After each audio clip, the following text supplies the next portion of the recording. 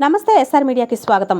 విజయనగరంలోని ప్రముఖ coaching centre V-necks coaching centre director Saripalli Srinivas ఎక్కువ మార్కులు ఆశ చూపించి తమను లైంగికంగా వేధించాడంటూ విజయనగరం 2వ పట్టణ పోలీసులను సుమారు 20 మందికి పైగా మహిళలు బుధవారం సాయంత్రం ఫిర్యాదు చేశారు.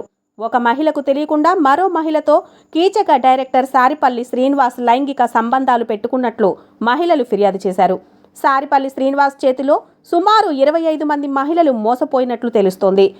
తన కోచింగ్ సెంటర్లో చదువుకుంటున్న ఆడపిల్లలనే టార్గెట్గా చేసుకున్న సారిపల్లి శ్రీనివాస్ లైంగిక వేధింపులకు దిగడమే కాకుండా లోబర్చుకున్నట్లు కోచింగ్ సెంటర్లో చదువుతున్న విద్యార్థినులు ఆవేదన వ్యక్తం చేస్తున్నారు. వీనెక్స్ అధినేత సారిపల్లి శ్రీనివాస్ ఇంటిని విద్యార్థినులు చుట్టుముట్టారు. అయితే తన గుట్టు రట్టు కావడంతో సదరు సారిపల్లి శ్రీనివాస్ పరారైనట్లు తెలుస్తోంది. ఇదే విషయమై విజయనగరం 2 టౌన్ సిఐ శ్రీనివాస్ స్పందిస్తూ వివేక్స్ కోచింగ్ సెంటర్ నిర్వాహకుడు సారిపల్లి శ్రీనివాస్పై అక్కడ చదువుతున్న మహిళా పోలీస్ స్టేషన్కు వచ్చి కంప్లైంట్ చేశారన్నారు. ఇదే విషయమై విజయనగరం 2 టౌన్ సిఐ శ్రీనివాస్ స్పందిస్తూ వివేక్స్ కోచింగ్ సెంటర్ నిర్వాహకుడు సారిపల్లి శ్రీనివాస్పై అక్కడ చదువుతున్న మహిళలు స్టేషన్కు వచ్చి కంప్లైంట్ చేశారన్నారు.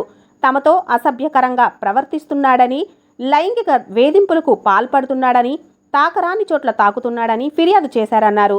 దానితో వారిని మహిళా పోలీస్ స్టేషన్కు పంపించినట్లు సిఐ వెల్లడించారు. మహిళా పోలీస్ స్టేషన్లో కేసు నమోదు చేసి తదుపరి దర్యాప్తు నిర్వహిస్తారని ఆయన వివరించారు.